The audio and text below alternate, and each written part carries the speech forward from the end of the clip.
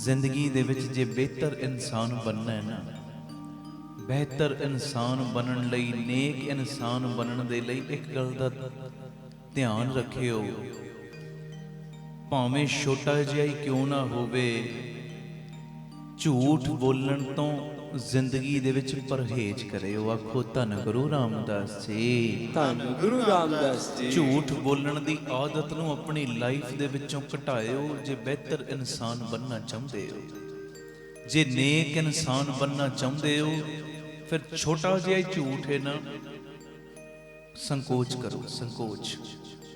ਧੰਨ ਗੁਰੂ ਰਾਮਦਾਸ ਜੀ, ਧੰਨ ਗੁਰੂ ਰਾਮਦਾਸ ਜੀ।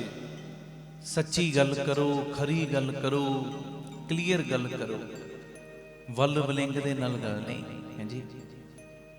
ਧੰਨ ਗੁਰੂ ਰਾਮਦਾਸ ਜੀ, ਧੰਨ ਗੁਰੂ ਰਾਮਦਾਸ ਜੀ। ਤੇ ਇੱਥੇ ਇੱਕ ਚੀਜ਼ ਦਾ ਧਿਆਨ ਰੱਖਿਓ, ਇਹ ਬਾਬਾ ਨੰਦ ਸਿੰਘ ਸਾਹਿਬ ਦਾ ਬਚਨ ਹੈ। ਕਹਿੰਦੇ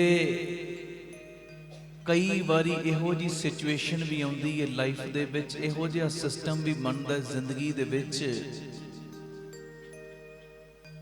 ਕਿ ਜਿੱਥੇ ਬੰਦਾ ਫੈਸਲਾ ਨਹੀਂ ਲੈ ਪਾਉਂਦਾ, ਉੱਥੇ ਇੱਕ ਚੀਜ਼ ਦਾ ਧਿਆਨ ਰੱਖਣਾ ਹੈ, ਹਮੇਸ਼ਾ ਸੱਚ ਹੀ ਬੋਲਣਾ ਹੈ, ਸੱਚ, ਝੂਠ ਦਾ ਸਾਥ ਨਹੀਂ ਦੇਣਾ।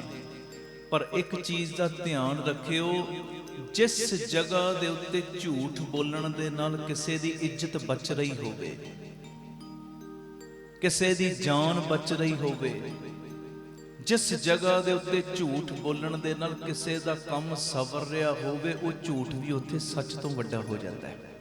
ਭਾਵੇਂ ਛੋਟਾ ਜਿਹਾ ਝੂਠ ਹੋਵੇ, ਪਰ ਝੂਠ ਬੋਲਣ ਦੀ ਆਦਤ ਸਦਾ ਲਈ ਆਪਣੇ ਅੰਦਰੋਂ ਕੱਢੋ।